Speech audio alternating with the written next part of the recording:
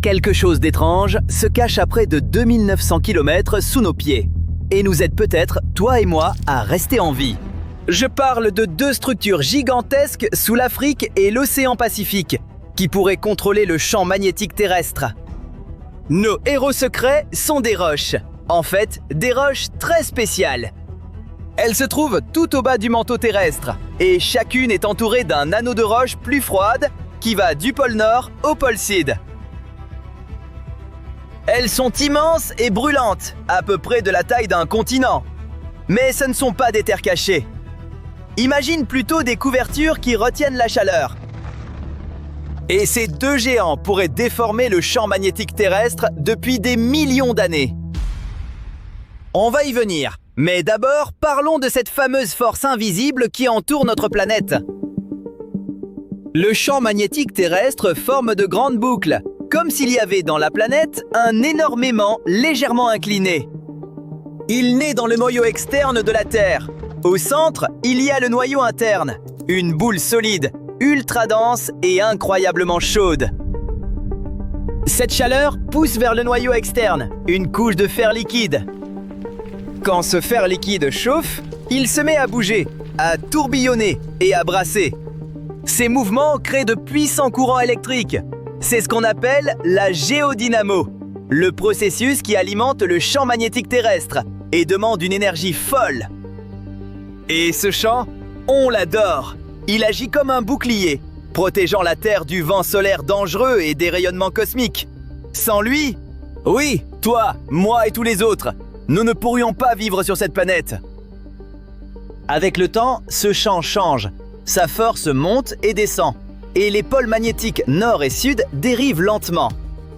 Ils peuvent même s'inverser, mais cela prend généralement très longtemps, environ 300 000 ans. Ce qui pilote le champ magnétique pourrait être ces deux structures rocheuses vues plus tôt. L'étude est donc partie d'une grande question. Comment le champ magnétique terrestre a-t-il changé pendant des millions et des millions d'années ? Heureusement, les roches révèlent aux scientifiques l'aspect du champ ancien. Oui, certains minéraux gardent en mémoire, en refroidissant, la direction et l'intensité du champ magnétique. Cela crée un registre qui dure des centaines de millions d'années. Ces indices cachés dans les roches ont beaucoup appris aux scientifiques sur le champ magnétique terrestre, par exemple sur son âge. Les indices suggèrent au moins 4,2 milliards d'années. Cela veut dire qu'il existe presque depuis la naissance de la planète. Et qu'il est aussi bien plus ancien que le noyau interne de la Terre. Tu es peut-être perdu. J'ai dit que le noyau génère le champ. C'est vrai aujourd'hui. Mais à l'époque, avant la formation du noyau interne, autre chose a peut-être alimenté ce champ, comme l'oxyde de magnésium. Lorsqu'un impact géant a formé la Lune, la Terre est devenue si chaude que l'oxyde de magnésium a sans doute fondu et s'est mêlé aux profondeurs. Puis, en refroidissant, la Terre aurait laissé ce matériau ressortir. Cela a peut-être maintenu le champ magnétique actif. Mais avec le temps, la Terre a peut-être épuisé cet oxyde de magnésium. Des chercheurs pensent que le champ magnétique a donc failli s'effondrer il y a environ 565 millions d'années. Oui, on est passé tout près de devenir une planète sans vie, comme Mars ou Vénus. Heureusement, à cette époque, le noyau interne a commencé à se former, offrant une nouvelle énergie à la Terre. Elle a relancé la géodynamo et reconstruit le bouclier magnétique, encore présent aujourd'hui. Plus récemment, des scientifiques ont réexaminé le passé du champ magnétique. Cette fois, ils sont remontés 265 millions d'années en arrière. Ils ont pris les signatures magnétiques des roches et recréé l'ancien champ terrestre par ordinateur. Et ils ont trouvé quelque chose d'intéressant. À certains endroits, le haut du noyau externe est bien plus chaud, juste sous ces deux étranges structures profondes et massives. On peut les imaginer comme d'immenses couvertures qui gardent la chaleur en dessous, comme si elles la laissaient moins s'échapper. Résultat, la chaleur s'accumule différemment sous ces régions du manteau. Au lieu d'une répartition douce et régulière, on obtient de forts contrastes de température dans le noyau externe. Et c'est énorme! Jusqu'ici, on pensait que la frontière manteau-noyau, juste au-dessus du fer liquide, était assez uniforme, comme un four régulier. Mais ces nouvelles observations bousculent cette idée. Au lieu d'un four, ce serait plutôt une plaque de cuisson aux brûleurs inégaux. Dans les zones chaudes, on croirait que le fer bouge plus vite, non? Comme un liquide qui file. Mais c'est l'inverse. Dans les zones chaudes, le fer liquide ralentit. Par endroits, il pourrait presque s'arrêter, coincé dans une zone tiède et collante. Mais sous le manteau plus froid, tout change. Le fer liquide circule avec plus d'énergie. Pense à une marmite de soupe épaisse sur une plaque qui chauffe mal. Par endroits, la soupe devient très chaude. Ailleurs, elle reste plus fraîche. Là où le haut est trop chaud, la soupe devient lourde et lente. Dans les zones froides, elle circule mieux. Donc, au lieu d'un seul tourbillon régulier, on obtient un mouvement inégal. Et ce mouvement irrégulier, profond sous nos pieds, laisse des traces. Quand le fer liquide bouge, il alimente le champ magnétique terrestre, comme un générateur naturel. En réalité, un générateur chaotique. Certaines parties du champ ont beaucoup changé, tandis que d'autres sont restées étonnamment stables pendant des centaines de millions d'années. Autrement dit, le manteau influence les mouvements du noyau. Et ces mouvements façonnent le champ magnétique dans lequel nous vivons. Cela change beaucoup de choses. Car pendant longtemps, les scientifiques ont traité le champ magnétique terrestre comme un simple aimant stable, aligné sur l'axe de rotation de la planète. En gros, comme s'il y avait dans la Terre un énorme barreau aimanté, aligné avec sa rotation. Voilà pourquoi une boussole pointe généralement vers le nord. Ce n'est pas parfait, mais souvent assez proche. Ces résultats suggèrent que des structures profondes du manteau déforment le champ magnétique depuis très longtemps. Et cela pourrait expliquer certains comportements vraiment étranges de la Terre. De temps en temps, quelque chose d'inhabituel se produit. Le champ magnétique s'affaiblit et devient désordonné. Au lieu d'un aimant clair avec nord et sud, il peut se diviser en petits pôles faibles. Les scientifiques appellent cela un état multipolaire. Ces événements ont eu lieu plusieurs fois dans l'histoire de la Terre, mais ils sont rares. Bonne nouvelle, le champ ne reste pas chaotique longtemps. En général, il se reconstruit et redevient fort et simple. Les chercheurs viennent de découvrir que ces énormes structures profondes semblent aider cette récupération. Elles agissent comme des stabilisateurs, aidant le champ à reprendre sa forme normale après un affaiblissement. Cela pourrait changer notre lecture du passé terrestre. Ces découvertes pourraient aider à reconstituer la position des continents très anciens. Par exemple, mieux comprendre comment la Pangée s'est formée, puis fragmentée. Elle pourrait aussi éclairer le climat ancien, les premières formes de vie et la formation de certaines ressources naturelles. Mais ces conclusions ne sont pas encore certaines. Et il faut plus de recherches. Il reste beaucoup à apprendre sur ces énormes roches brûlantes au fond de la Terre. Malgré tout, si l'idée se confirme, nous aurons peut-être de quoi être reconnaissants. Ces roches aideraient à stabiliser le champ magnétique terrestre. Et cette stabilité nous protège tous. Devinez quoi? Un immense océan pourrait se dissimuler sous nos pieds, enfoui entre 400 et 650 km de profondeur. Il serait même plus vaste que tous les océans de surface réunis. Des chercheurs, à l'écoute des séismes qui secouillent les profondeurs terrestres, ont constaté que ces vibrations ralentissaient en traversant certaines zones du manteau, signe possible de la présence d'eau. Grâce à des simulations et à des expériences, ils ont ainsi révélé l'existence d'un océan souterrain, mais il n'a rien de commun avec celui que vous imaginez. Sa nature est bien plus déroutante. Le manteau forme une épaisse strate située entre la croûte terrestre et le noyau. Il se compose d'un manteau supérieur, d'un manteau inférieur et d'une couche énigmatique entre les deux, appelée zone de transition. Dans sa partie supérieure, l'on rencontre souvent un minéral remarquable, l'olivine, nommé ainsi pour sa teinte vert-olive. Ce minéral supporte aisément les températures extrêmes et prospère dans la lave. Il ne se contente pas d'y survivre. Il représente près de la moitié du manteau supérieur. On le découvre à la surface grâce aux volcans, car lorsqu'ils projettent leur magma, les minéraux qu'ils renferment remontent avec lui. En refroidissant et en se solidifiant, ce magma engendre des roches ignées, où les minéraux se cristallisent progressivement. L'olivine est l'un des premiers minéraux à se cristalliser. Sa forte concentration dans le magma favorise la formation d'une multitude de cristaux. Certains demeurent minuscules, tandis que d'autres croissent jusqu'à devenir aisément visibles. Les plus grands sont récoltés pour la joaillerie ou pour d'autres usages, comme la fonte des métaux. Mais en descendant plus profondément dans la terre, à près de 400 km, l'olivine subit d'étranges transformations. Nous atteignons alors la mystérieuse zone de transition, où la pression s'intensifie et la chaleur devient extrême. L'olivine s'y transforme en deux roches splendides, la wachsleite et la ringwoodite.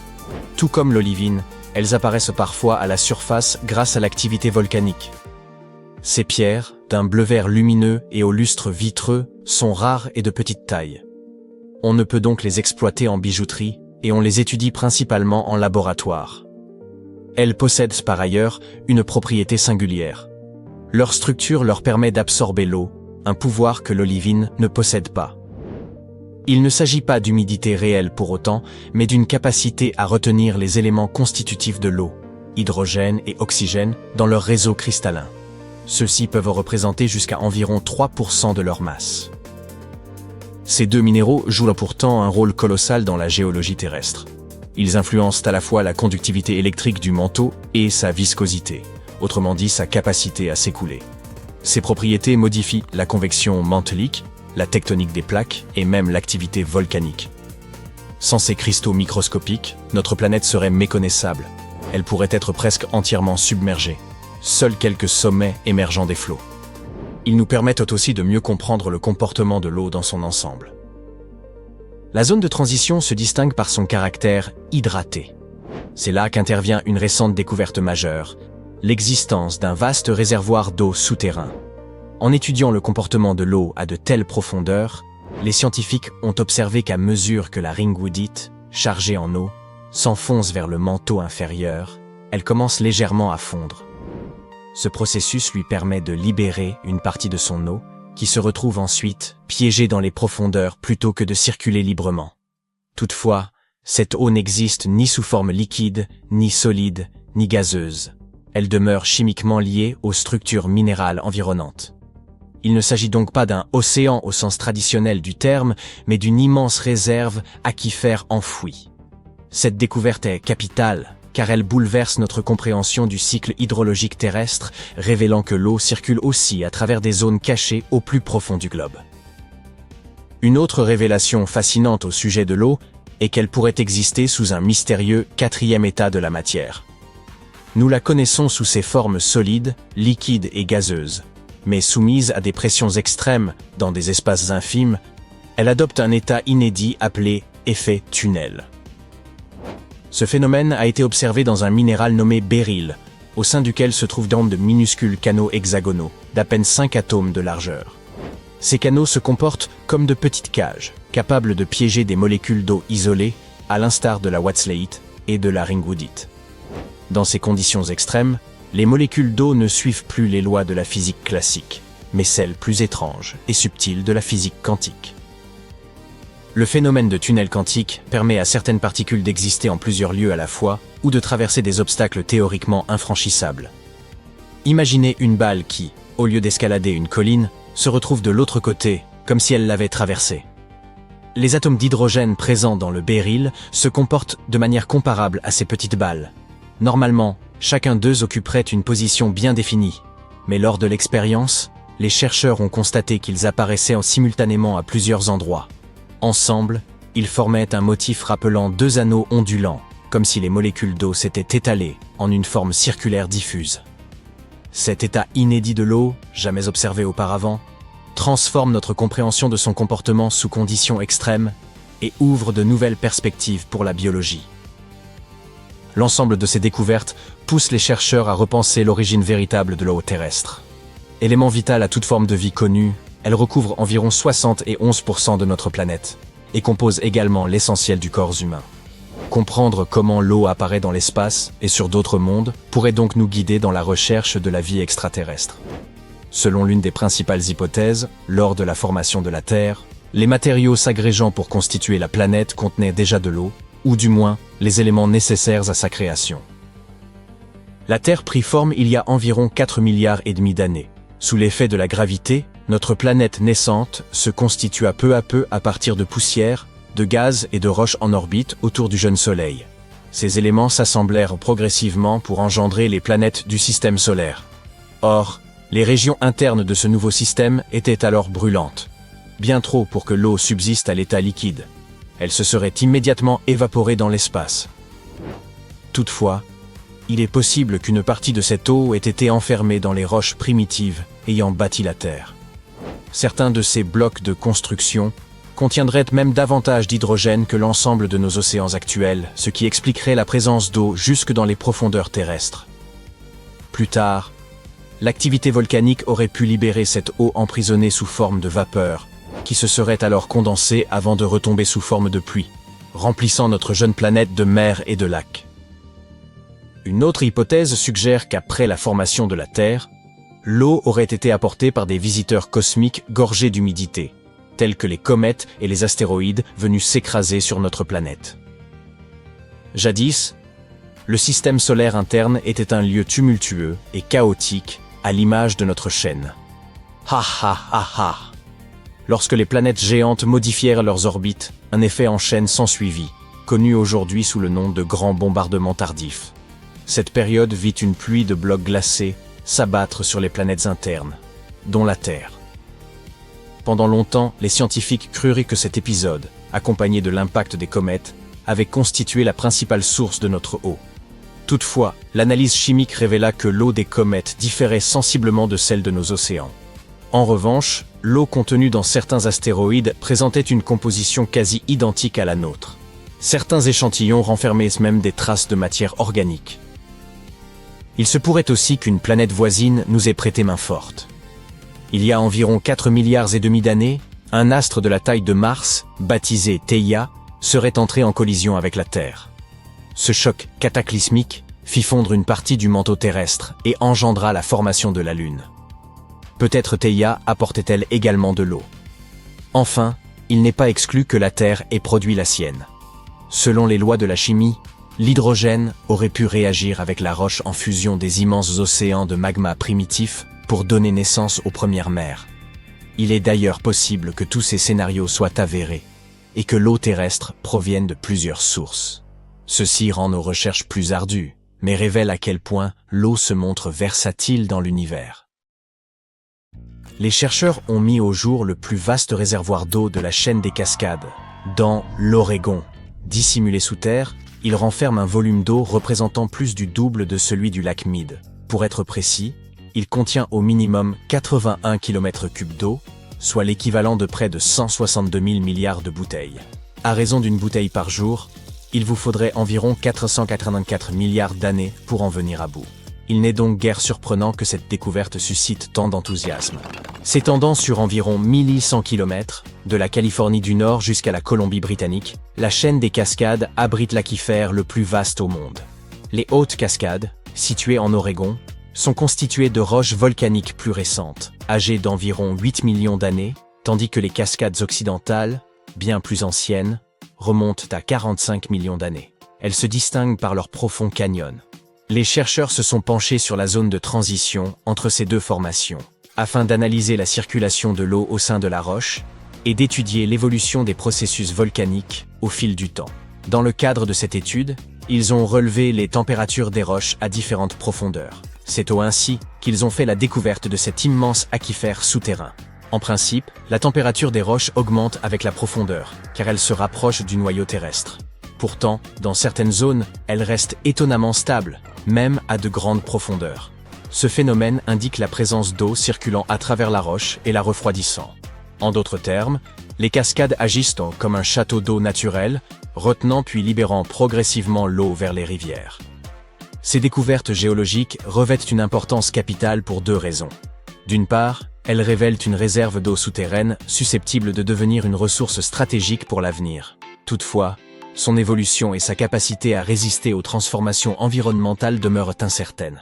Il est donc indispensable de mener des recherches approfondies afin d'en assurer une gestion efficace et pérenne. Par ailleurs, l'activité volcanique est également influencée par ce phénomène. Lorsque l'eau s'infiltre profondément et atteint le magma, elle se vaporise instantanément, générant une pression extrême pouvant provoquer des éruptions explosives. Une meilleure compréhension du volume d'eau retenu dans la roche permettrait d'anticiper ces éruptions et d'évaluer les risques qu'elles engendrent. Bien que cette découverte soit fascinante, elle soulève encore de nombreuses interrogations. Par exemple, comment cette eau circule-t-elle dans la roche volcanique? Quelle part est réellement exploitable? Ce réservoir étant alimenté par les précipitations et la fonte des neiges, une succession d'années sèches pourrait autant affecter l'approvisionnement en eau que la stabilité du volcan. Les chercheurs s'emploient à mieux cerner l'ampleur de ce phénomène afin d'en assurer une gestion responsable. Penchons-nous maintenant sur la chaîne des Cascades, une véritable merveille géologique. Imaginez un imposant massif montagneux s'étirant de la Californie du Nord à la Colombie-Britannique, traversant l'Oregon en son cœur. Rien que dans cet état, il s'étend sur 420 km de long et jusqu'à 150 km de large, couvrant près de 44 000 km², soit une superficie excédant celle des 9 plus petits États américains. Ce qui rend cette chaîne encore plus impressionnante, c'est que la partie qui se trouve en Oregon a été essentiellement façonnée par des volcans et renferme au moins un réservoir d'eau prisonnier des roches volcaniques.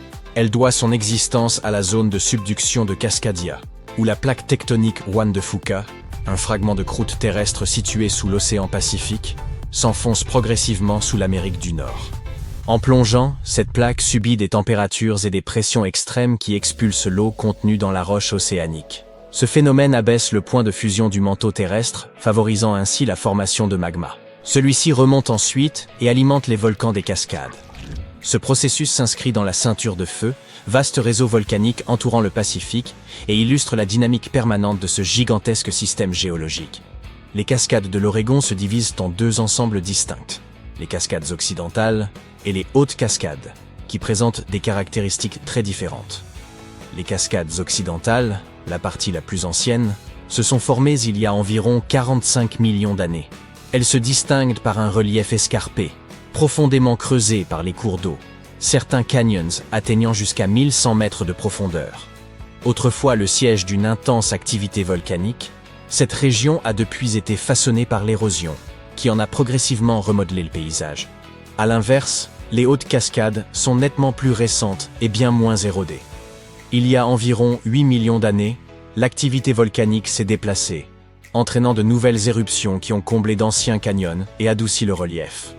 L'accumulation continue de lave a empêché les rivières de creuser des vallées aussi profondes que dans les cascades occidentales, conférant à cette zone un aspect plus homogène.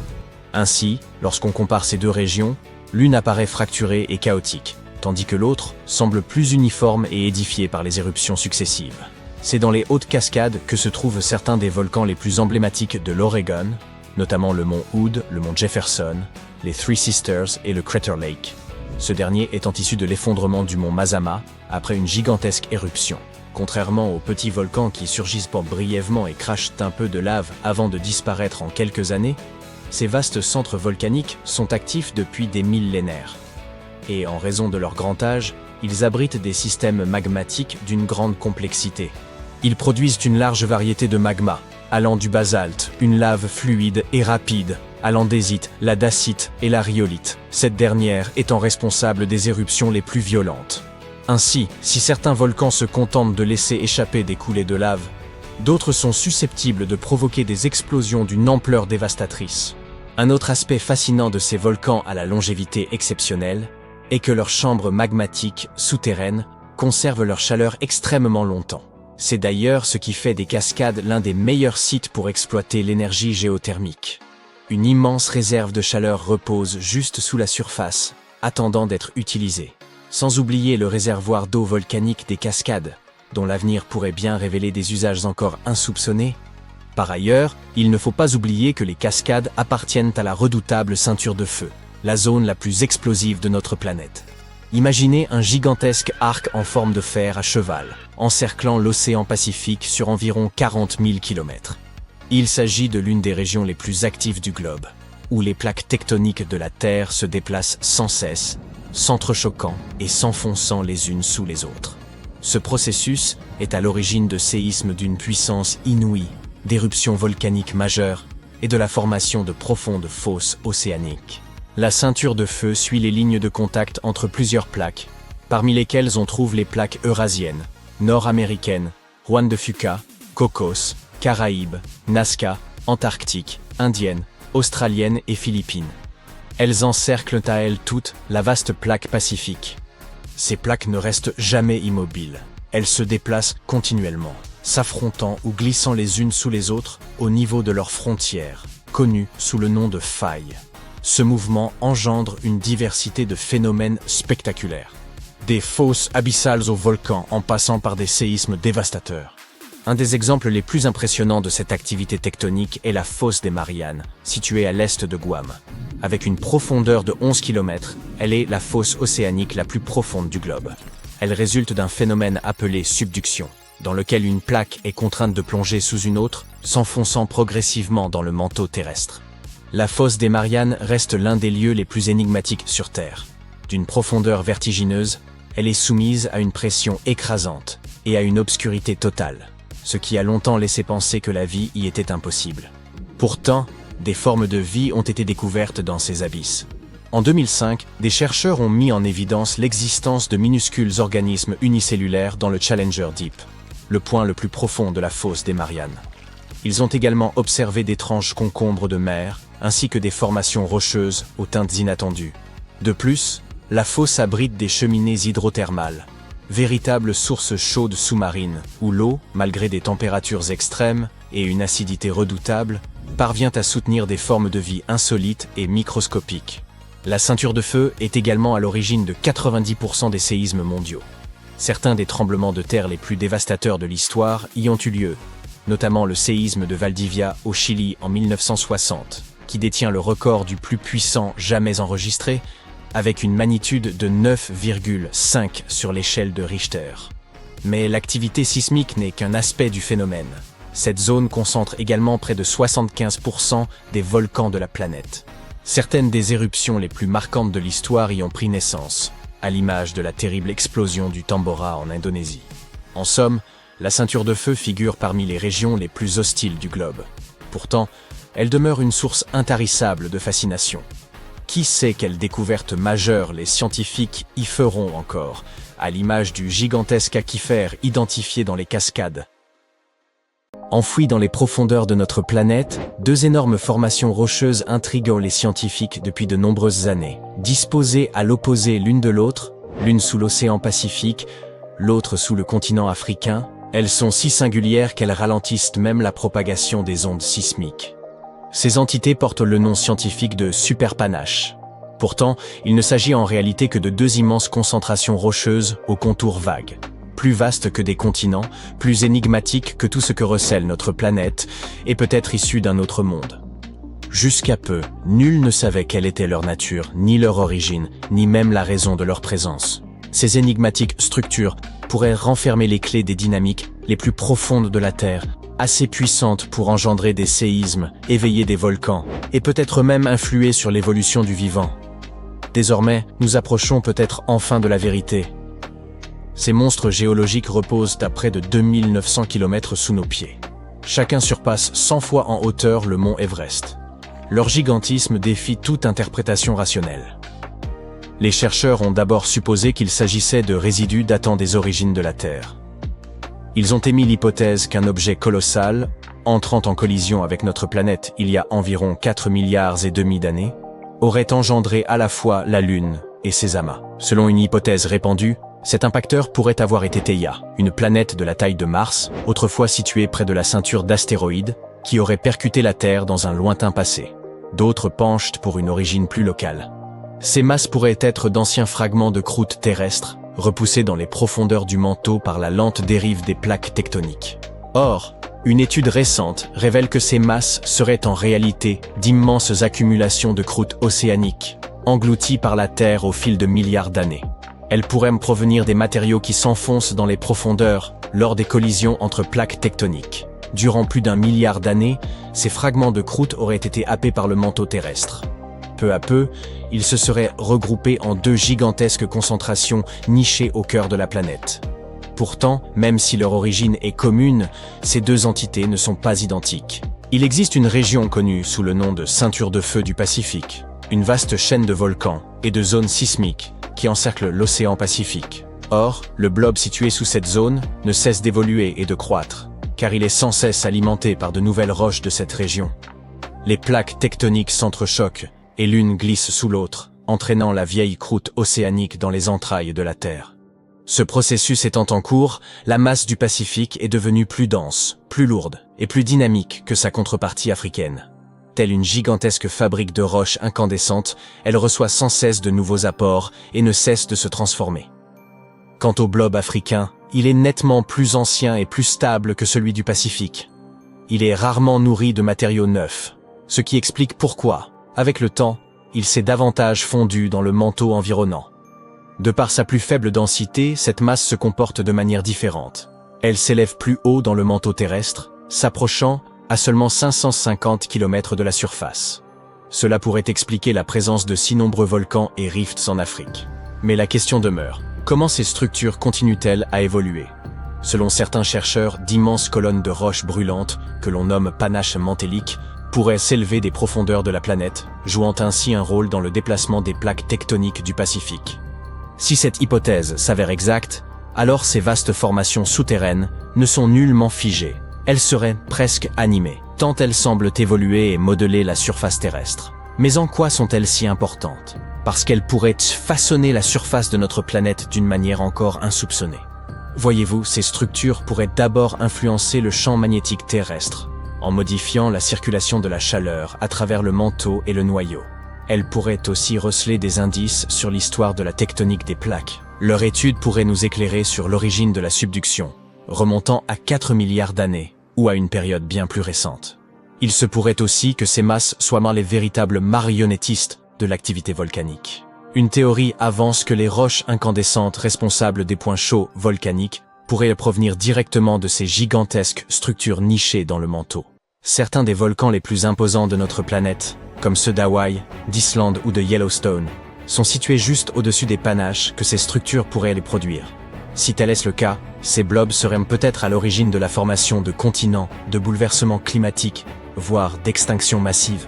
Et cette idée a de quoi glacer le sang, car elle implique que ces structures pourraient un jour percer la croûte terrestre, provoquant des éruptions supervolcaniques dévastatrices, lesquelles pourraient durer des millions d'années.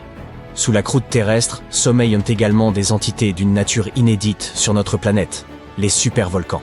Leur immensité, leur pouvoir destructeur et leur rareté sont telles qu'aucun être humain n'a jamais assisté à l'une de leurs éruptions. Une éruption volcanique classique peut déjà provoquer l'effroi.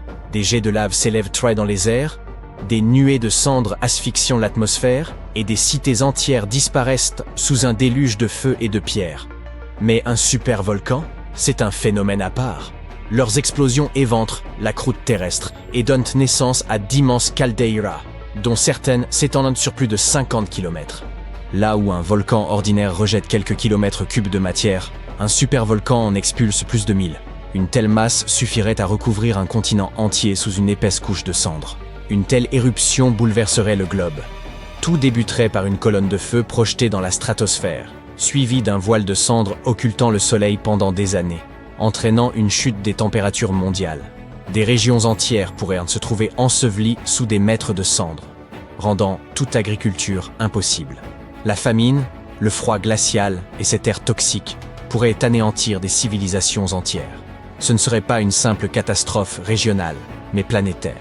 D'après certains chercheurs, 2 des extinctions massives les plus dévastatrices qu'ait connues notre planète, où la quasi-totalité de la vie a disparu, pourraient avoir été provoquées non par des astéroïdes, mais par des supervolcans. La plus redoutable survint à la fin du Permien, éradiquant près de 90% des espèces marines et environ 70% des espèces terrestres. À ce jour, les scientifiques ont identifié une vingtaine de ces colosses souterrains. Parmi les plus célèbres figurent Yellowstone aux États-Unis, Toba en Indonésie et Taupo en Nouvelle-Zélande. La dernière super éruption du Yellowstone remonte à environ 2 millions d'années. Elle aurait projeté près de 2500 km3 de matière, de quoi engloutir une ville comme New York. et ce n'était qu'une des 3 super éruptions de ce volcan. L'éveil le plus récent d'un supervolcan fut celui du Taupo, en Nouvelle-Zélande, il y a environ 26 500 ans. Toutefois, les supervolcans ne se contentent pas de tout ravager, ils transforment la planète dans son ensemble. Il y a quelques 74 000 ans, le supervolcan Toba, situé en Indonésie, est entré en éruption. Certains chercheurs estiment que cette explosion aurait provoqué un hiver volcanique qui aurait duré 10 années entières. D'autres théories avancent qu'elle aurait failli rayer l'humanité naissante de la carte, réduisant la population à quelques milliers de survivants. Cela dit, il ne s'agit là que d'hypothèses. Quoi qu'il en soit, il est établi que les éruptions de supervolcans ont profondément infléchi le cours de l'histoire. Dès lors, comment nous préparer si une telle catastrophe peut survenir à tout instant? Les chercheurs surveillent ces volcans sans relâche, à l'affût d'indices annonciateurs. Ils observent notamment la montée du magma, les déformations du sol, les séismes localisés sous l'édifice volcanique ou encore l'évolution des émissions gazeuses. Le véritable obstacle réside dans notre capacité à anticiper les éruptions à long terme, qui demeurent encore largement imprévisibles. Le Yellowstone, par exemple, ne s'est plus manifesté depuis environ 630 000 ans. On pourrait dire qu'il est en retard sur son prochain sursaut. Toutefois, les volcans ne fonctionnent pas selon un calendrier régulier. Une éruption passée ne garantit en rien une réactivation future, et l'intervalle entre 2 événements peut être aléatoire. Les scientifiques pensent que Yellowstone pourrait bien connaître une nouvelle éruption, mais il ne s'agirait peut-être que d'une simple coulée de lave et non d'une super explosion. Serions-nous prêts si une super éruption se produisait? Eh bien, probablement pas. Certains chercheurs affirment même que nous sommes mieux préparés à encaisser l'impact d'un astéroïde. En 2022, l'éruption du volcan Unga Tonga Unga Ha'apai a provoqué des tsunamis, interrompu les communications et obscurci le ciel de cendres. Et pourtant, ce n'était qu'une éruption de magnitude 5. Un supervolcan serait bien plus destructeur. Alors, bon courage pour dormir sur vos 2 oreilles, en sachant qu'ils finiront par se réveiller tôt ou tard, demain ou dans 100 000 ans. Mais enfin, inutile d'en perdre le sommeil. Quand tu entends parler de ruines anciennes, tu ne les imagines jamais suspendues quelque part, ou simplement accrochées à la branche d'un arbre, n'est-ce pas? En fait, pour la plupart des objets anciens que nous avons exposés dans les musées du monde entier, les archéologues ont fait un travail de fouille impressionnant. Tu vois, les bâtiments ont cette drôle de façon de se dégrader avec le temps si l'on n'en prend pas soin correctement. Parfois, nous devons réutiliser certains matériaux de construction et une bâtisse plus ancienne peut alors être sacrifiée dans le processus. D'autres fois, les maisons sont abandonnées et dès qu'elles sont exposées aux éléments en surface, comme la pluie ou le soleil, elles n'ont plus aucune chance. Certaines s'écroulent tout simplement sous l'effet de la bonne vieille érosion. La seule façon pour un édifice de survivre à l'épreuve du temps est d'être enterré en profondeur. Mais comment ces architectures finissent-elles par être enterrées? C'est une véritable comédie d'erreurs. Les villes anciennes avaient l'habitude d'élever progressivement le niveau de leur sol, comme un enfant qui ajoute des garnitures à sa coupe glacée. En effet, ces colonies étaient toujours occupées à collecter de la nourriture et des matériaux de construction pour faire face à l'augmentation constante de leur population. Mais qui a le temps de s'occuper des déchets et des ordures? À l'époque, ce n'était pas vraiment une priorité sur leur liste de tâches. Ainsi, lorsqu'il s'agissait de construire de nouvelles maisons, les civilisations anciennes économisaient leur sueur et leurs larmes en empilant les décombres et en construisant directement dessus. Mais ce n'est pas tout. De temps en temps, les rivières entrent en crue et déposent une couche de sédiments sur le sol des villes. Cela a pour effet d'encapsuler encore davantage ces anciennes constructions.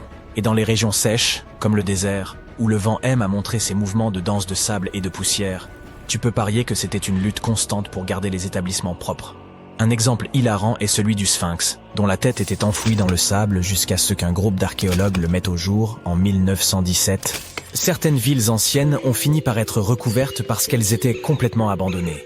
Avec moins d'activité humaine pour contrôler leur expansion, les graines de plantes n'ont pas pu résister à l'opportunité et ont germé un peu partout. Elles ont absorbé le dioxyde de carbone de l'air et se sont développées, ajoutant de plus en plus de volume au sol. Scieuses racines effrontées ont même décidé de stabiliser le sol constitué de matière végétale en décomposition, créant ainsi plusieurs couches de terre. C'est comme si Mère Nature s'était lancée dans un ultime projet de bricolage, avec les plantes comme fidèles auxiliaires. Fouiller dans les secrets des civilisations anciennes, ce n'est pas seulement déterrer un monde perdu, c'est aussi une quête épique pour révéler les trésors cachés sous les couches de l'histoire. Mais comment les archéologues savent-ils d'abord où creuser? Si tout est recouvert de multiples couches de sédiments, de débris et de racines de plantes, ils doivent avoir une sorte de système auquel ils se fient avant de se lancer dans un nouveau projet, n'est-ce pas? Tout d'abord, ce ne sont pas toujours eux qui suggèrent des fouilles archéologiques à tel ou tel endroit. Je m'explique. Supposons que tu sois un entrepreneur et que tu souhaites construire un nouveau complexe d'appartements luxueux dans ta ville. Cependant, certaines législations locales imposent des exigences avant que ton projet ne puisse démarrer. Par exemple, avant de commencer à construire sur un terrain, il peut être nécessaire de faire appel à des spécialistes pour vérifier le sol.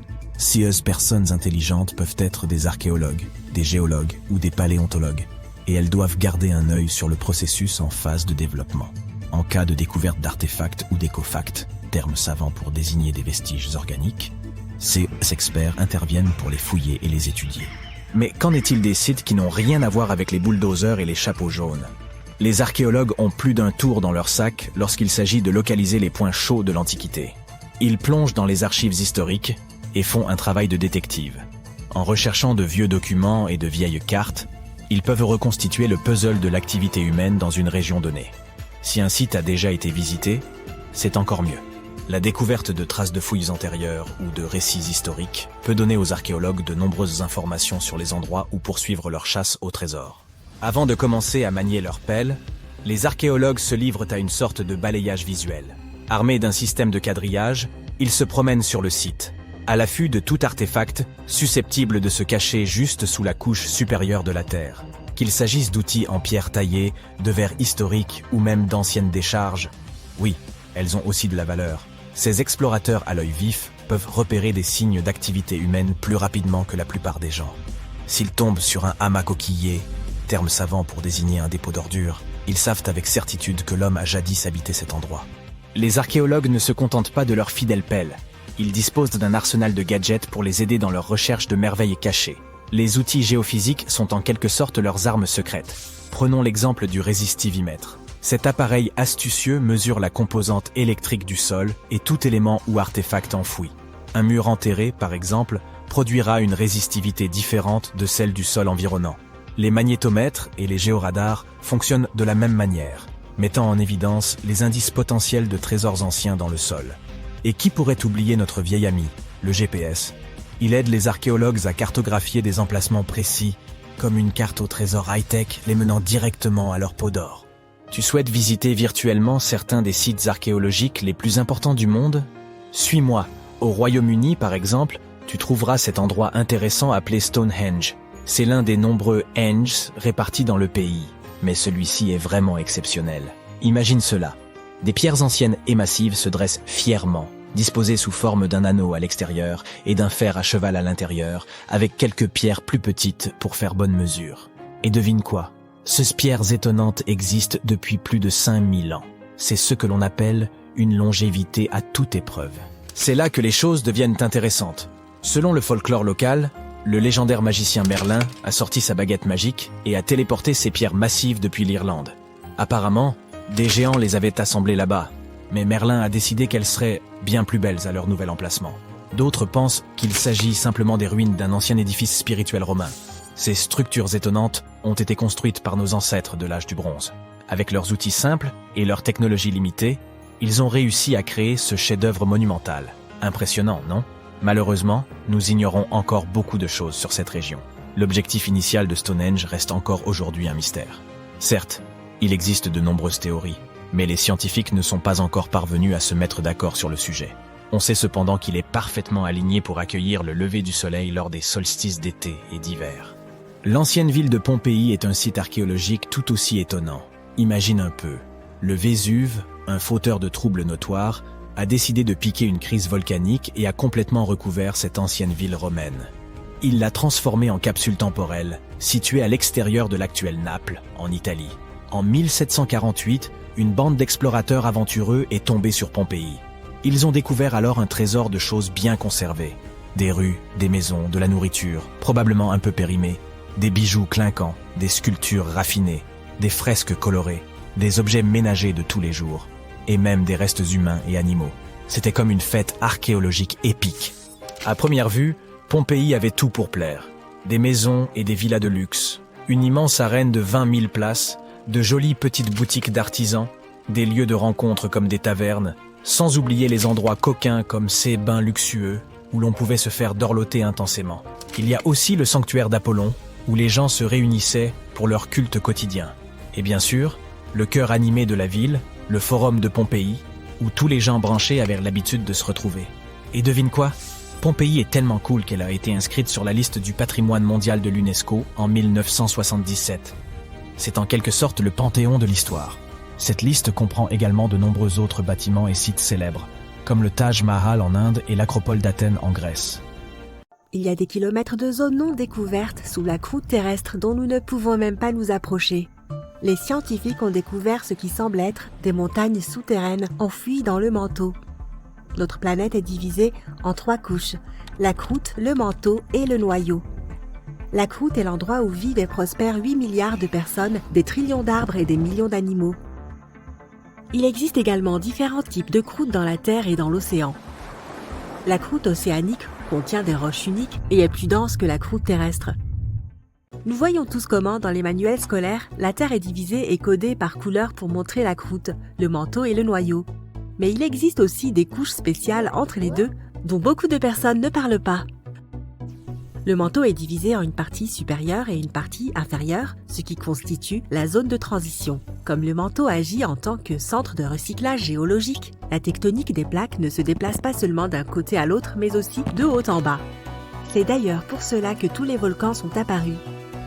Le magma jaillit à la surface ou même sous l'eau, puis redescend et recommence. Les zones de transition descendent à 400 km, puis à 660 km. Et dans cette couche inférieure, les scientifiques continuent de découvrir des paysages cachés. Les montagnes du manteau sont plus accidentées et beaucoup plus grandes que celles de la croûte. Les scientifiques ont découvert une chaîne de montagnes dont les sommets sont plus hauts que le mont Everest. Certains d'entre eux sont aussi hauts que 965 km. Lorsque les continents étaient encore reliés entre eux, il y avait peut-être des terres cachées, aujourd'hui immergées. Des théories suggèrent que l'Islande faisait partie d'un micro-continent plus vaste, l'Icelandia, qui reliait l'Islande actuelle au Groenland et à la Scandinavie. L'idée se développe jusqu'à la Grande Icelandia, qui inclut la Grande-Bretagne. Mais après la séparation, ces grandes terres ont coulé avec tout ce qu'elles contenaient. Il existe aussi des théories selon lesquelles la Nouvelle-Zélande ferait partie de Zélandia, un micro-continent caché dans la même région. Il se pourrait donc que ces montagnes fassent partie de l'ancienne Terre et qu'elles soient ensevelies depuis des milliards d'années d'événements naturels. Mais tout de même, ce n'est pas très probable. Selon une théorie, ces chaînes de montagnes souterraines pourraient être les restes de plaques de roches qui sont descendues de la surface vers la zone de transition lors du déplacement des plaques tectoniques. En s'enfonçant, les gros morceaux se sont décomposés en plus petits. Et en s'accumulant au fil des millions d'années, ils ont formé ce qui ressemble à des montagnes souterraines. Le manteau étant la zone de recyclage géologique, il est probable que les roches qui se trouvent en bas faisaient d'autrefois partie de la surface. Il ne s'agissait pas de grands morceaux de terre qui se seraient retrouvés cachés comme les chiens cachent des os dans le jardin. Mais il faut beaucoup plus de temps pour cacher des montagnes. Certaines parties du manteau semblent être lisses, alors que d'autres le sont moins. Les parties qui présentent un amas de roches pourraient contenir des éléments cachés dans les montagnes souterraines. Les parties plus lisses n'ont pas une grande activité sismique ou volcanique, alors que les parties rugueuses en ont une. La meilleure façon d'étudier ces paysages souterrains est d'attendre qu'un tremblement de terre ou une éruption volcanique se produise. Les sismologues peuvent observer l'intérieur de la Terre à l'aide de scanners spéciaux, tout comme les médecins utilisent les ultrasons pour examiner un patient. Un tremblement de terre suffisamment puissant peut envoyer des ondes de choc à l'intérieur de la Terre, même à travers le noyau, et les faire remonter à la surface. Selon l'endroit où elles se produisent, les sismologues peuvent observer et étudier l'intensité des ondes lorsqu'elles vont et viennent. Sur des roches lisses, les ondes peuvent se déplacer en ligne droite, mais dès qu'elles atteignent une zone rugueuse, les vagues ont tendance à se disperser. La température et la composition des matériaux peuvent accélérer ou ralentir le mouvement des ondes, mais ces informations ne sont pas très précises et ne contribuent pas beaucoup aux données réelles des montagnes souterraines. En analysant les ondes diffusées sur les navires et en utilisant le champ magnétique de la Terre, les scientifiques peuvent donc découvrir tout ce qu'ils ont besoin de savoir. Mais ces études permettent seulement de comprendre l'intérieur dans son état actuel et non de savoir comment la Terre a évolué au cours des 4,5 milliards d'années passées. Cependant, les scientifiques sont certains que les matériaux du manteau proviennent toujours du début de la formation initiale de la Terre. La question pourquoi ne pas creuser un trou jusqu'au centre de la Terre et voir ce qui se passe là-dessous peut sembler logique. Le trou le plus profond que l'homme ait creusé jusqu'à présent est celui de Kola Super Deep Borehole dans l'Arctique russe, qui atteint plus de 12 km de profondeur. Les habitants de la région affirment qu'ils peuvent entendre des cris qui viennent d'en bas. Il a fallu presque 20 ans pour forer aussi loin qu'ils l'ont fait, mais ce n'est littéralement qu'un effleurement de la surface de ce qui se trouve en dessous. Ils ont creusé environ un tiers de la croûte, ce qui représente seulement 0,2% du centre de la Terre. Arriver jusque là-bas nous dépasse, tout comme essayer d'atteindre le soleil. Aucun humain ne peut supporter la pression qu'il y a là-dessous. Pour descendre dans la fosse des Mariannes, le point le plus profond de la Terre, il faut un équipement spécial pour résister à l'immense pression. Construire cette technologie capable de nous amener au centre de notre planète coûtera une fortune. La découverte de diamants enfouis dans les profondeurs du Brésil montre que tout ce que nous faisons à la surface de la croûte terrestre peut avoir des répercussions à des kilomètres de profondeur, même au niveau du manteau. Les scientifiques ont déterré 6 diamants qui pourraient contenir de minuscules grains minéraux. Comme on les appelle dans le monde des minéraux, ces inclusions ont une composition chimique dont l'origine se situe dans les profondeurs de la Terre. Les diamants typiques se forment à des profondeurs inférieures à 200 km dans le manteau supérieur, où la température est extrêmement élevée. La haute pression et la température extrême qui règne en bas cristallisent le carbone et créent les diamants. Mais les humains ne peuvent pas creuser jusque-là. Ils les explosent en détectant l'endroit où s'est produite une éruption volcanique profonde qui a expulsé ces diamants vers la surface. Ces éruptions se sont produites il y a des millions d'années lorsque les dinosaures régnaient sur la Terre. Elles ont expulsé les diamants qui se trouvaient dans le manteau et qui sont maintenant intégrés dans le matériau volcanique refroidi. C'est là que les gens les trouvent. Mais ces diamants spéciaux, trouvés au Brésil, proviennent d'un point beaucoup plus profond que d'habitude, ce qui peut aider davantage les scientifiques à étudier les profondeurs de la Terre. Ils peuvent extraire ces inclusions et les analyser en laboratoire pour savoir d'où viennent exactement ces minéraux. En laboratoire, les scientifiques étudient les inclusions qui ne font chacune que 15 à 40 microns de large, soit moins d'un quart de la largeur d'un cheveu humain. Ils ont découvert qu'elles contenaient de nombreux types de minéraux que l'on trouve dans la roche volcanique en surface. La composition de carbone du magma de la surface est très différente de celle des profondeurs de la Terre. Ce qui est fou, c'est que ces diamants dotés d'inclusions spéciales ne peuvent être trouvés qu'à 700 km dans le manteau inférieur. Avec seulement quelques échantillons découverts, nous ne savons pas ce qui se cache sous nos pieds. Il est possible que ces chaînes de montagnes souterraines plus hautes que le mont Everest contiennent des traces de diamants tout autour, ce qui inciterait les exploitants à les déterrer et à en saturer le marché. Ces diamants ont moins de défauts que les diamants classiques et peuvent même exister en plusieurs tailles. Il est possible de voir des diamants aussi grands qu'une voiture ou aussi petits qu'un grain de riz. Il pourrait même y avoir de nouveaux diamants ayant une composition chimique différente de celle des diamants que nous trouvons près de la surface. Le plus gros diamant du monde est le Cullinan, qui peut tenir dans la paume de ta main. Il pèse environ 0,6 kg et compte 3100 carats. Il a été découvert en 1905 en Afrique du Sud. Pour que quoi que ce soit puisse exister sur Terre, il faut du carbone.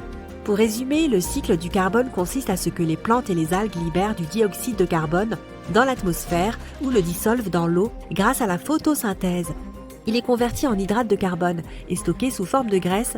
Plus tard, le dioxyde de carbone est libéré dans l'atmosphère par la respiration, ce dont profitent les plantes, et le cycle continue. Les scientifiques affirment qu'il pourrait même y avoir un cycle du carbone à l'intérieur de la Terre. La croûte océanique contient beaucoup de sédiments carbonés qui pourraient se mélanger à la couche supérieure et inférieure du manteau. Mais il n'y a pas encore assez de preuves pour étayer cette hypothèse. Les diamants profonds pourraient être la clé pour faire évoluer cette théorie. Seul le temps nous le dira. Au cœur de la forêt amazonienne se trouve une caverne si vaste qu'elle défie l'entendement.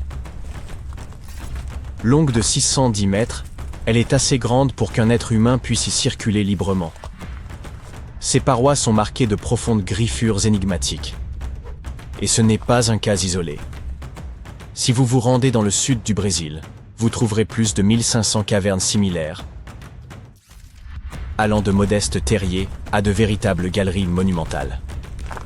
Ces grottes n'ont rien des cavernes classiques pleines de chauves-souris.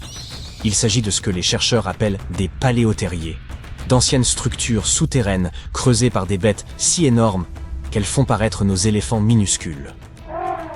Quoi qu'elle ait été, la créature responsable a excavé à elle seule l'équivalent de la masse de 800 éléphants. Je sais, cela ressemble encore à une grotte ordinaire, mais les spécialistes ont vite remarqué qu'elle était particulière. Ses parois étaient bien trop régulières, et le sol, remarquablement lisse. Or, ni l'eau ni l'érosion ne peuvent produire des marques aussi précises. Ces grottes brésiliennes constituent les plus vastes archives géologiques d'une activité animale connue. Comme si l'on entrait dans une habitation préhistorique bâtie par des créatures de la taille d'une voiture. Pour résoudre ce mystère, les chercheurs ont examiné les griffures sur les murs et ont conclu qu'elles avaient sans doute été faites par d'énormes paresseux terrestres.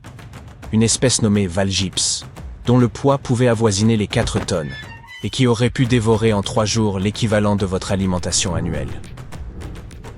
Aussi massifs soient-ils, ces animaux ne pouvaient creuser seuls d'aussi longs tunnels, ils devaient collaborer. C'est pourquoi les scientifiques pensent que plusieurs paresseux utilisaient un même tunnel et le creusaient ensemble. Il se peut même que de gigantesques tatous aient contribué à l'ouvrage, car ils étaient des excavateurs extrêmement habiles, et eux aussi habitaient à cette région. D'accord, mais pourquoi un paresseux ou un tatou géant aurait-il besoin d'un terrier long de 610 mètres ? Excellente question. Et la vérité, c'est que les scientifiques ne le savent pas encore avec certitude. Il paraît peu probable qu'un tel ouvrage ait été creusé uniquement pour fuir les prédateurs, surtout quand on sait qu'un tigre à dents de sabre aurait pu y pénétrer sans difficulté. À moins qu'il n'ait inventé des systèmes de sécurité préhistoriques, cette hypothèse comporte quelques failles. Haha, jeu de mots pleinement assumé. La meilleure hypothèse concerne sans doute le climat. À cette époque, le monde était plus sec et plus froid. Certaines espèces de paresseux géants prospéraient justement durant les périodes de transition climatique, entre glaciation et réchauffement. Bien que leur masse corporelle les ait protégés contre les variations habituelles, des écarts brusques de température ont probablement poussé ces animaux à s'abriter pour survivre. Et tout comme leurs descendants actuels, ils avaient sans doute du mal à réguler leur chaleur corporelle. Or, se réfugier sous terre leur permettait de préserver leur progéniture et d'économiser leur énergie. Plus un corps est massif, plus il est coûteux à maintenir. Certains chercheurs avancent que ces tunnels ont pu servir de repères partagés à tour de rôle. Un paresseux s'y installe, creuse un peu, laisse quelques traces de griffes, puis repart, et plus tard, un autre investit l'endroit, y ajoutant sa propre signature. En somme, une sorte d'auberge espagnole pour mégafaune préhistorique. Tous les indices pointent vers une forme de multipropriété plutôt qu'une occupation exclusive. Après tout, ces créatures n'étaient en guère sociables. Paresseux comme Tatou préféraient la solitude en duo, généralement mère et petit. Quant au père, il ne restait que pour la partie plaisante. Mais vous aurez sans doute remarqué un léger détail. Ces créatures ont disparu depuis longtemps. Leur extinction remonte à environ 11 000 ans, au moment où les humains ont commencé à se répandre sur la planète, alors qu'une ère glaciaire touchait à sa fin. En vérité, 80% des mammifères pesant plus d'1 kilogramme ont disparu à cette époque. Le premier coupable est bien sûr celui que l'on retrouve toujours sur le banc des accusés, l'être humain. Il y a environ 10 000 ans, une vague de chasseurs experts, munis d'outils distinctifs comme les pointes de lance, a traversé l'Amérique du Nord. La théorie veut que la faune locale n'ait pas su réagir face à ce nouveau prédateur, devenant ainsi une proie facile. Une fois les grands herbivores éliminés, les carnivores ont décliné à leur tour faute de nourriture. Et la chasse n'a pas été le seul facteur. Les premiers humains ont sans doute aussi perturbé les écosystèmes, rendant la vie encore plus difficile pour les grandes espèces. Mais attendez, il y a un autre suspect, le changement climatique. À peu près à la même époque, le climat terrestre a connu un bouleversement majeur. Il est passé d'un froid extrême à un froid plus modéré. Pour situer, la température moyenne avoisinait les 8 degrés Celsius, ce qui a entraîné des saisons instables et la disparition progressive de nombreuses plantes. Et lorsque la végétation décline, les grands herbivores, comme nos paresseux géants, se retrouvent privés de ressources, ce qui les fragilise davantage.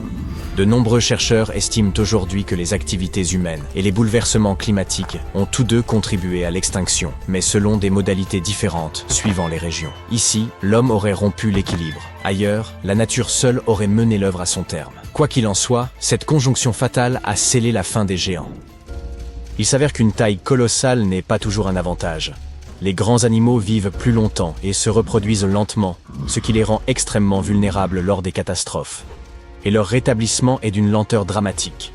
Après la disparition des dinosaures, par exemple, il a fallu près de 15 millions d'années avant que de nouveaux méga-mammifères n'émergent à leur tour. La dernière extinction majeure remonte à environ 12 000 ans. Une durée bien trop courte pour permettre l'évolution de nouvelles créatures massives. Les plus grands animaux terrestres d'aujourd'hui, comme les éléphants, les rhinocéros ou les bisons, ne sont pas de jeunes espèces. Ce sont les survivants aguerris d'un ancien cataclysme. Et nous partageons encore la planète avec le rorqual bleu, le plus grand mammifère ayant jamais existé.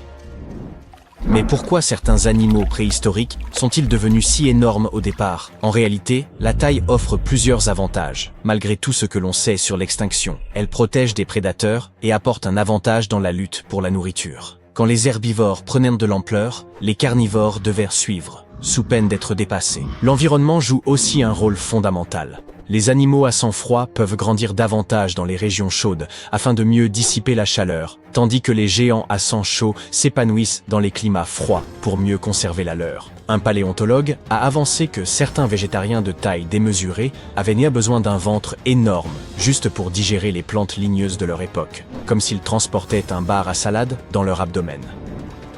Il faut aussi parler de l'oxygène. À l'époque, l'atmosphère terrestre en contenait bien plus qu'aujourd'hui. Et cela change tout, surtout pour les espèces dotées de systèmes respiratoires peu efficaces, comme les insectes. Ce surplus d'oxygène leur permettait de croître davantage et d'être plus actifs. Un véritable mode turbo offert par la nature. Il convient également de mentionner les os, en particulier ceux qui étaient de plus légers. Nombre de dinosaures géants possédèrent des sacs aériens intégrés à leur squelette, à l'image des oiseaux actuels. Leurs os restaient solides sans devenir trop lourds, ce qui leur permettait d'atteindre une taille impressionnante sans s'effondrer sous leur propre poids. Ces sacs aériens servaient aussi au refroidissement, ce qui est vital quand on est littéralement une chaudière ambulante de muscles. À l'inverse, les mammifères modernes subissent les limites imposées par la gravité et la biologie. Des corps plus volumineux exigent un cœur plus robuste, des poumons puissants et une pression sanguine suffisante. Or, la terre ferme n'apporte que peu de soutien. C'est aussi ce qui explique pourquoi les baleines ont dépassé les dinosaures en taille. L'océan agit comme un système de soutien naturel. Grâce à la flottabilité, leur masse est portée, ce qui permet au rorqual bleu d'atteindre une masse impressionnante de 150 000 kg, sans finir aplati. Sur la terre ferme, une telle corpulence poserait de graves problèmes physiologiques. Ainsi, les anciens géants n'étaient nés pas de simples bizarreries de la nature, mais le fruit d'un équilibre précis entre air, nourriture, environnement et lois physiques travaillant de concert. Cette extinction fut certes une tragédie pour les paresseux géants, ces véritables ingénieurs de la nature, mais elle nous a sans doute évité de cohabiter avec des insectes de la taille de corbeaux, comme certains méganisoptères, ou encore des 1000 pattes de près d'1,80 m de long. Gloops! Sur ce, si vous le permettez, je vais aller rendre hommage aux paresseux modernes, lents, petits et heureusement incapables de remodeler la planète, ou de me provoquer des crises de panique entomologique. Regardez ce vaste édifice. Ce n'est pas une machine à remonter le temps. Il ne s'agit pas davantage d'un portail vers une autre dimension, bien qu'il y ressemble.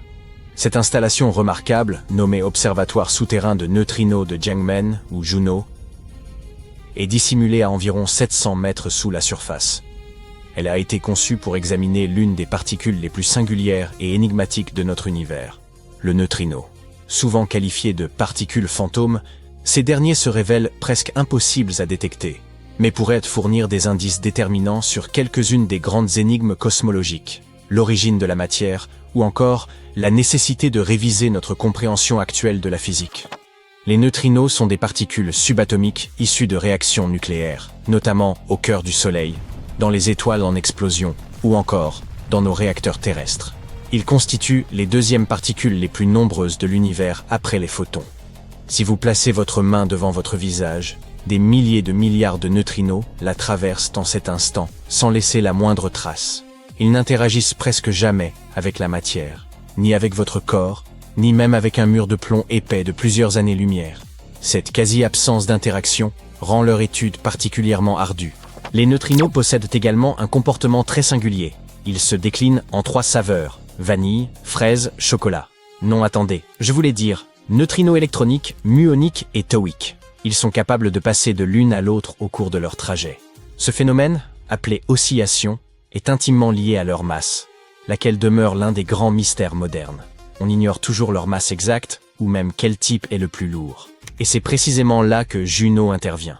Son objectif principal est d'identifier la hiérarchie des masses, c'est-à-dire l'ordre des masses de ces 3 neutrinos. Une telle découverte pourrait contribuer à lever le voile sur plusieurs questions fondamentales de la physique. Juno prend la forme d'une immense sphère contenant 20 000 tonnes d'un liquide particulier, le scintillateur, lequel émet une lueur ténue lorsqu'une particule interagit avec lui. Tout autour sont disposés 43 000 détecteurs de lumière d'une sensibilité extrême, prêts à saisir ces brefs éclats lumineux. Mais pourquoi l'enfouir si profondément? Les rayons cosmiques et d'innombrables particules parasites bombardent en permanence notre planète, saturant les instruments trop exposés. Installés sous des centaines de mètres de roches, l'expérience est protégée de ce bruit de fond, permettant aux chercheurs de se concentrer sur les neutrinos eux-mêmes. Juno se trouve également à près de 53 km de 2 centrales nucléaires. Celles-ci génèrent énormément de neutrinos, plus précisément des antineutrinos, l'équivalent antimatière de ces derniers, issus de la désintégration radioactive de l'uranium et du plutonium de leurs réacteurs. En analysant comment ces antineutrinos se transforment durant leur trajet jusqu'à l'observatoire, les chercheurs espèrent élucider la hiérarchie des masses des neutrinos. Voyons maintenant ce qui se produit lorsqu'un antineutrino interagit avec le détecteur de Juno. Il percute un proton présent dans le liquide, produisant un positron, la contrepartie d'un électron dans l'antimatière, ainsi qu'un neutron. Le positron entre aussitôt en collision avec un électron, libérant un bref éclat lumineux. Le neutron, pour sa part, met environ 200 microsecondes à se lier à un noyau atomique, émettant alors un second signal lumineux. Ces 2 flashs, le premier dû au positron, le second au neutron, constituent la signature essentielle d'une interaction neutrino. L'intervalle temporel qui les sépare permet en outre de distinguer les véritables événements liés aux neutrinos des signaux parasites, tels que ceux engendrés par les rayons cosmiques. Malgré toute cette installation, Juno ne détectera qu'entre 40 et 60 neutrinos par jour, alors que des milliards le traversent chaque seconde. Aussi faudra-t-il plusieurs années de collecte avant d'obtenir une quantité de données suffisante pour en tirer des conclusions. L'ambition des chercheurs est d'observer 100 000 interactions neutrinos. Notre représentation actuelle de l'univers repose sur le modèle standard de la physique des particules, qui a admirablement réussi à décrire les interactions fondamentales. Ce modèle demeure toutefois incomplet. Il ne rend pas compte de la matière noire, de l'énergie noire, ni de la domination de la matière sur l'antimatière dans le cosmos. Les neutrinos pourraient offrir des éléments de réponse à ces énigmes. La manière dont ils interagissent et oscillent pourrait révéler l'existence d'une physique nouvelle, dépassant les frontières du modèle standard. Juno constitue un projet véritablement international, réunissant près de 700 chercheurs issus de 18 nations. Proposée dès 2008, l'expérience a dû surmonter de nombreux défis techniques et logistiques. Avec un peu de chance, elle entrera pleinement en service en 2025. Cet investissement de 300 millions de dollars dans les sciences et l'ingénierie pourrait conduire à des découvertes majeures. Cependant, Juno n'est pas seule dans cette quête dédiée aux neutrinos. Sous les glaces du continent antarctique, à proximité de la base Amundsen Scott au pôle sud, se trouve IceCube, un observatoire colossal. Imaginez un détecteur d'environ 0,8 km3, entièrement constitué de glace et conçu pour repérer ces particules insaisissables. Il s'agit du tout premier détecteur de neutrinos de l'ordre de la gigatonne, un instrument scientifique monumental enfoui entre 1450 et 2450 mètres sous la surface. Son dispositif principal regroupe plus de 5000 modules optiques numériques, des capteurs de lumière extrêmement sensibles, fixés à 86 câbles verticaux prisonniers de la glace. Disposés selon une trame hexagonale, chacun de ces câbles porte 60 modules, composant ainsi un vaste réseau tridimensionnel. Lorsqu'un neutrino interagit avec un atome de la glace, il peut engendrer une particule chargée se déplaçant plus vite que la lumière dans ce milieu, produisant alors une faible lueur bleutée appelée rayonnement de Cherenkov. En analysant cette lumière, les scientifiques peuvent déterminer l'énergie, la trajectoire et même l'origine du neutrino. L'un des principaux objectifs d'IceCube est de percer l'énigme de l'origine des rayons cosmiques, ces particules d'énergie prodigieuse, majoritairement des protons, qui traversent l'espace à des vitesses proches de celles de la lumière. Leur énergie dépasse de millions de fois celle produite par les accélérateurs terrestres les plus puissants. Les chercheurs estiment qu'ils proviennent d'environnements cosmiques extrêmes tels que les supernovae, les trous noirs ou les sursauts gamma, mais leur véritable provenance demeure inconnue. Les rayons cosmiques étant chargés, ils sont déviés par les champs magnétiques durant leur trajet, ce qui rend impossible de retracer directement leur parcours. Les neutrinos, eux, ne sont ni détournés ni absorbés, et transportent donc des informations intactes sur leurs origines. IceCube est justement conçu pour détecter ces neutrinos, offrant aux scientifiques un moyen de voir l'origine des rayons cosmiques. Depuis son entrée en service complète en 2010, IceCube a déjà permis des percées majeures. Il a notamment observé les premiers neutrinos astrophysiques à haute énergie, démontrant qu'ils proviennent de régions situées au-delà de notre galaxie. En 2018, il a pu relier la détection d'un neutrino très énergétique à un blazar, une galaxie abritant en son centre un trou noir supermassif projetant d'immenses jets de particules. Après avoir évoqué un observatoire enfoui sous terre et un autre figé dans la glace, que diriez-vous d'un télescope installé sous la mer? Déployer un instrument dans l'espace est déjà un exploit, mais en placer deux à grande profondeur sous l'eau constitue un tout autre défi.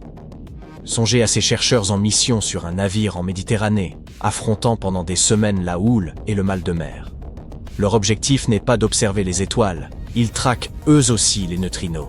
Le projet consiste à ériger en Méditerranée un immense télescope sous-marin à l'aide de détecteurs lumineux capables de repérer ces particules presque insaisissables. Le Cubic Kilomètre Neutrino Télescope est un projet d'une ampleur considérable, conçu pour les capturer. Il couvrira 1 km3 de la Méditerranée avec un réseau de détecteurs sous-marins, transformant littéralement une portion de la mer en un gigantesque télescope. Contrairement aux instruments observant les étoiles, il ne recourt ni à des lentilles ni à des miroirs. Il utilise des sphères de verre suspendues à de longs câbles dans les profondeurs. Imaginez un collier de perles lumineuses. Chacune de ces sphères abrite des dispositifs extrêmement sensibles, capables de détecter le faible éclat produit lorsqu'un neutrino entre en collision avec l'eau. Ces détecteurs sont descendus dans la mer un câble après l'autre. Chaque câble peut atteindre environ 700 mètres de longueur et des centaines d'entre eux seront finalement déployés, portant chacun de multiples capteurs. L'objectif est de créer l'un des dispositifs de détection de neutrinos les plus vastes et sophistiqués au monde. L'installation comporte deux sections, l'une au large de la Sicile, l'autre au large de Toulon. La partie sicilienne se concentre sur les neutrinos à très haute énergie issus de l'espace lointain, des particules extrêmes générées par des phénomènes tels que les trous noirs ou les supernovae. La section française, quant à elle, cible les neutrinos atmosphériques qui proviennent de l'atmosphère terrestre et permettent d'étudier la manière dont les neutrinos changent de forme au cours de leur trajet. Des tunnels, des métros, des réseaux souterrains et même des passages secrets permettant d'accéder aux maisons des personnes riches et célèbres. Pourquoi avons-nous besoin de tunnels, vous demandez-vous peut-être? Pour se cacher. De nombreuses villes ont des tunnels souterrains et même des doubles souterrains.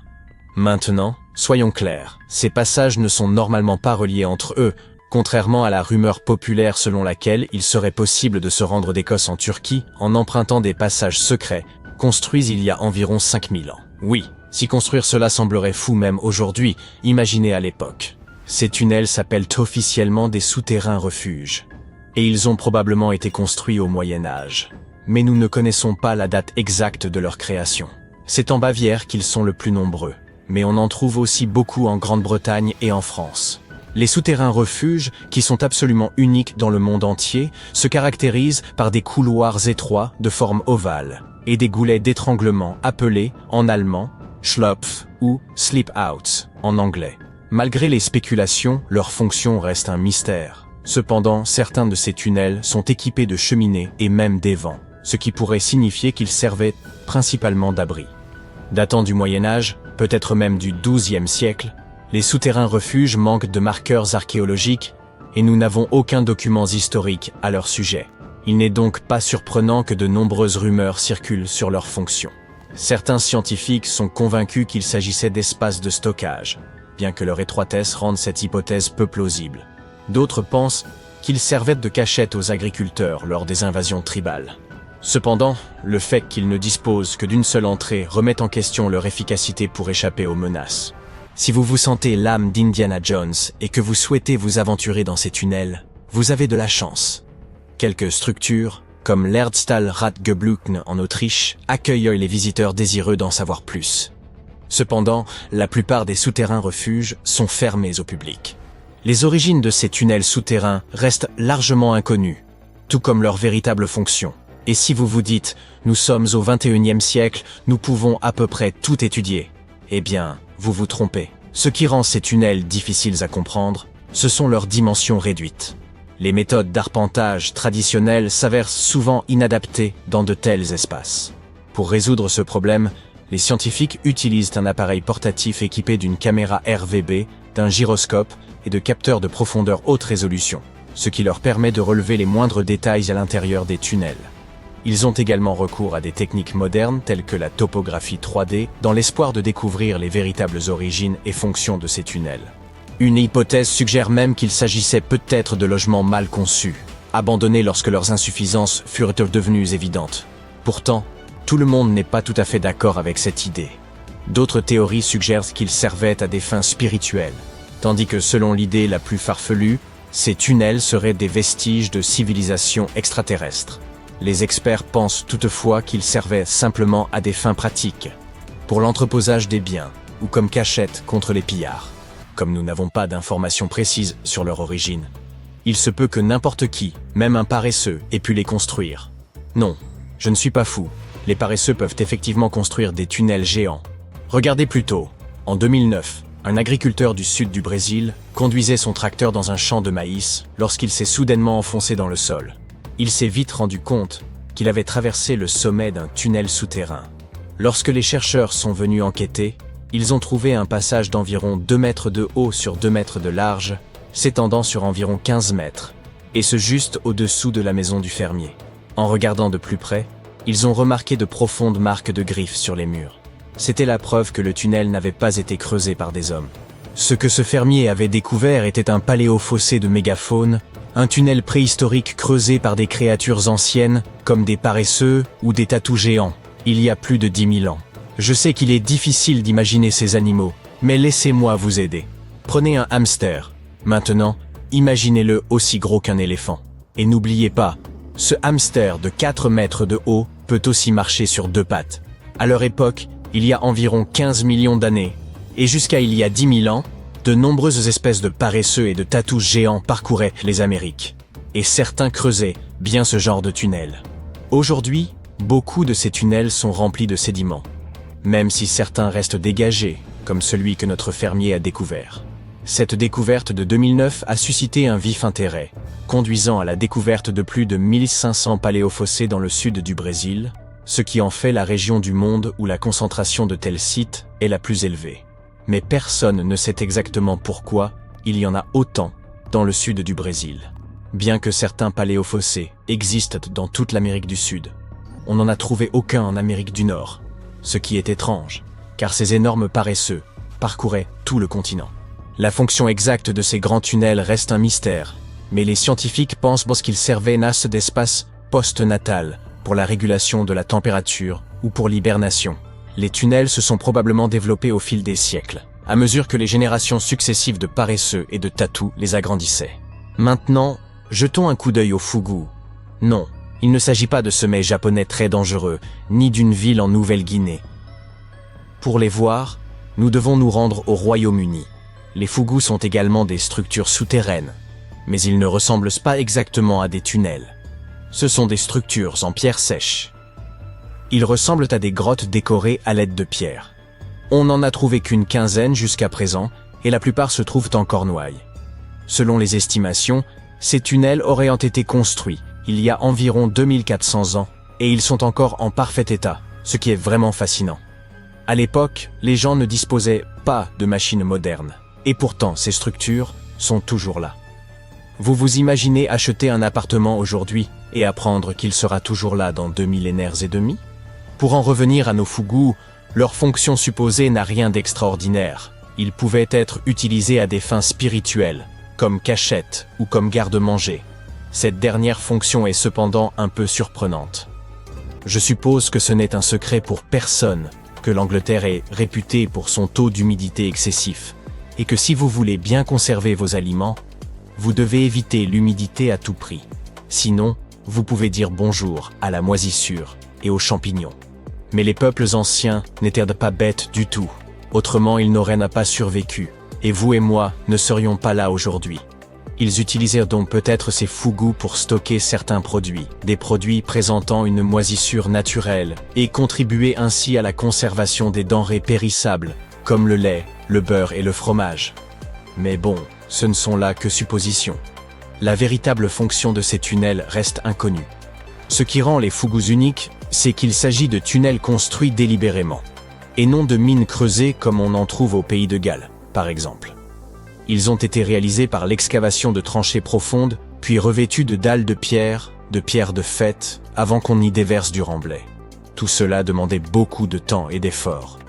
Cependant, quelle que soit la difficulté, les villes du monde entier sont souvent bâties sur des réseaux de tunnels complexes, uniques à chaque endroit.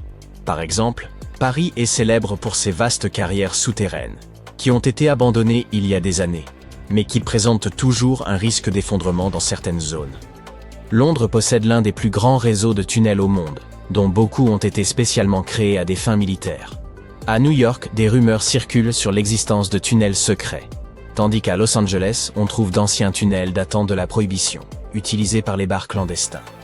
De nombreuses autres villes possèdent d'énigmatiques tunnels. Et étonnamment, la Floride ne fait pas exception. Remontons jusqu'en 2011, à Ybor City. Près d'un ancien bureau de poste, une inondation a fait apparaître quelque chose d'étrange. Les vestiges d'une structure inconnue. À l'époque, les gens n'y ont pas vraiment prêté attention.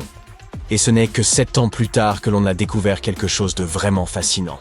Ce quartier historique a été fondé dans les années 1880, mais on ignorait jusqu'en 2018 qu'il abritait également un réseau de tunnels cachés.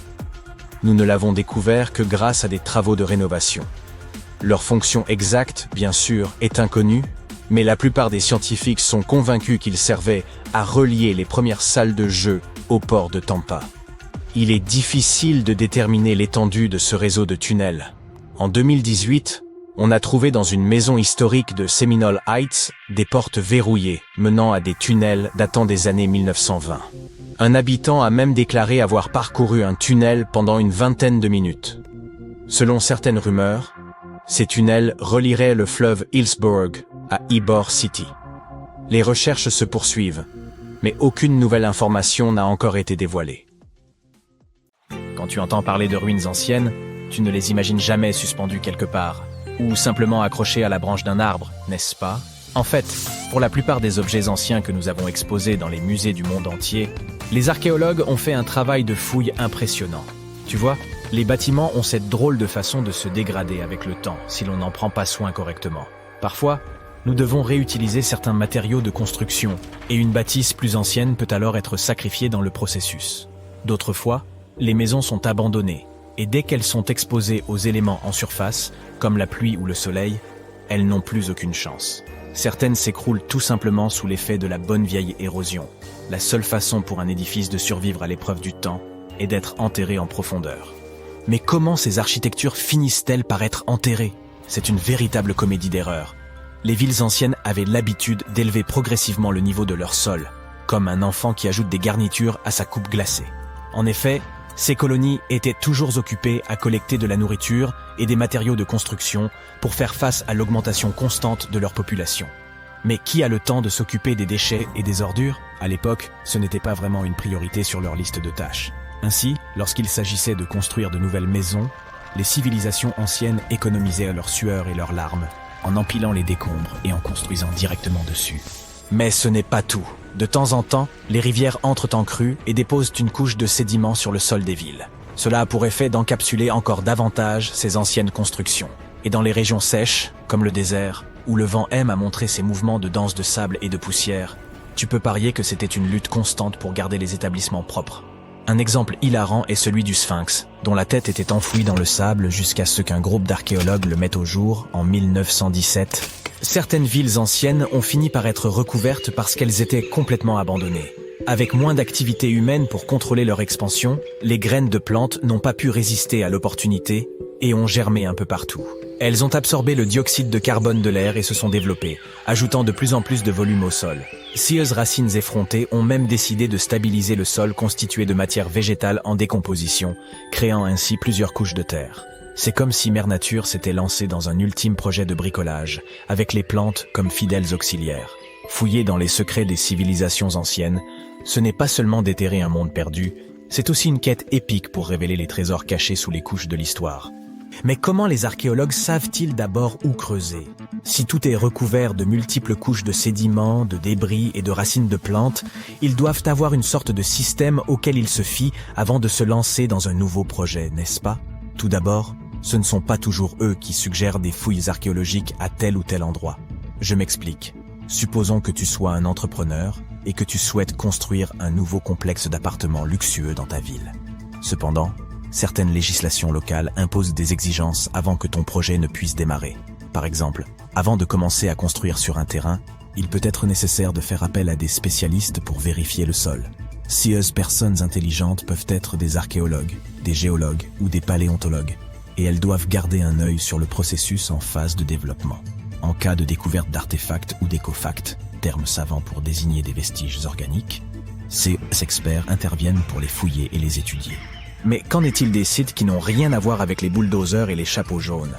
Les archéologues ont plus d'un tour dans leur sac lorsqu'il s'agit de localiser les points chauds de l'Antiquité. Ils plongent dans les archives historiques et font un travail de détective.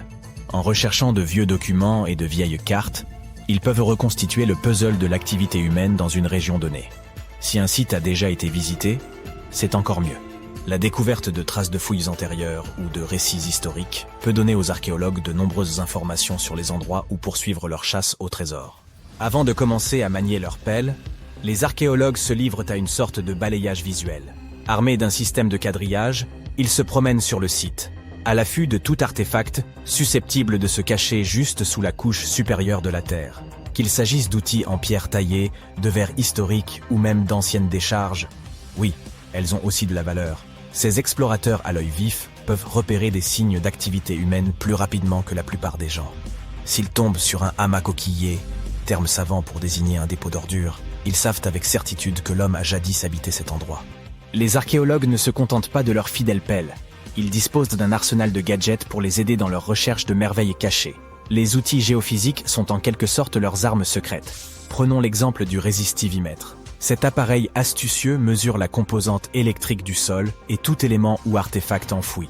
Un mur enterré, par exemple, produira une résistivité différente de celle du sol environnant. Les magnétomètres et les géoradars fonctionnent de la même manière, mettant en évidence les indices potentiels de trésors anciens dans le sol. Et qui pourrait oublier notre vieil ami, le GPS? Il aide les archéologues à cartographier des emplacements précis, comme une carte au trésor high-tech les menant directement à leur peau d'or. Tu souhaites visiter virtuellement certains des sites archéologiques les plus importants du monde? Suis-moi. Au Royaume-Uni, par exemple, tu trouveras cet endroit intéressant appelé Stonehenge. C'est l'un des nombreux Henges répartis dans le pays, mais celui-ci est vraiment exceptionnel. Imagine cela. Des pierres anciennes et massives se dressent fièrement, disposées sous forme d'un anneau à l'extérieur et d'un fer à cheval à l'intérieur, avec quelques pierres plus petites pour faire bonne mesure. Et devine quoi? Ces pierres étonnantes existent depuis plus de 5000 ans. C'est ce que l'on appelle une longévité à toute épreuve. C'est là que les choses deviennent intéressantes. Selon le folklore local, le légendaire magicien Merlin a sorti sa baguette magique et a téléporté ces pierres massives depuis l'Irlande. Apparemment, des géants les avaient assemblées là-bas, mais Merlin a décidé qu'elles seraient bien plus belles à leur nouvel emplacement. D'autres pensent qu'il s'agit simplement des ruines d'un ancien édifice spirituel romain. Ces structures étonnantes ont été construites par nos ancêtres de l'âge du bronze. Avec leurs outils simples et leur technologie limitée, ils ont réussi à créer ce chef-d'œuvre monumental. Impressionnant, non? Malheureusement, nous ignorons encore beaucoup de choses sur cette région. L'objectif initial de Stonehenge reste encore aujourd'hui un mystère. Certes, il existe de nombreuses théories, Mais les scientifiques ne sont pas encore parvenus à se mettre d'accord sur le sujet. On sait cependant qu'il est parfaitement aligné pour accueillir le lever du soleil lors des solstices d'été et d'hiver. L'ancienne ville de Pompéi est un site archéologique tout aussi étonnant. Imagine un peu, le Vésuve, un fauteur de troubles notoires, a décidé de piquer une crise volcanique et a complètement recouvert cette ancienne ville romaine. Il l'a transformée en capsule temporelle, située à l'extérieur de l'actuelle Naples, en Italie. En 1748, une bande d'explorateurs aventureux est tombée sur Pompéi. Ils ont découvert alors un trésor de choses bien conservées. Des rues, des maisons, de la nourriture, probablement un peu périmée, des bijoux clinquants, des sculptures raffinées, des fresques colorées, des objets ménagers de tous les jours, et même des restes humains et animaux. C'était comme une fête archéologique épique. À première vue, Pompéi avait tout pour plaire. Des maisons et des villas de luxe, une immense arène de 20 000 places, de jolies petites boutiques d'artisans, des lieux de rencontre comme des tavernes, sans oublier les endroits coquins comme ces bains luxueux où l'on pouvait se faire dorloter intensément. Il y a aussi le sanctuaire d'Apollon, où les gens se réunissaient pour leur culte quotidien. Et bien sûr, le cœur animé de la ville, le forum de Pompéi, où tous les gens branchés avaient l'habitude de se retrouver. Et devine quoi ? Pompéi est tellement cool qu'elle a été inscrite sur la liste du patrimoine mondial de l'UNESCO en 1977. C'est en quelque sorte le panthéon de l'histoire. Cette liste comprend également de nombreux autres bâtiments et sites célèbres, comme le Taj Mahal en Inde et l'Acropole d'Athènes en Grèce.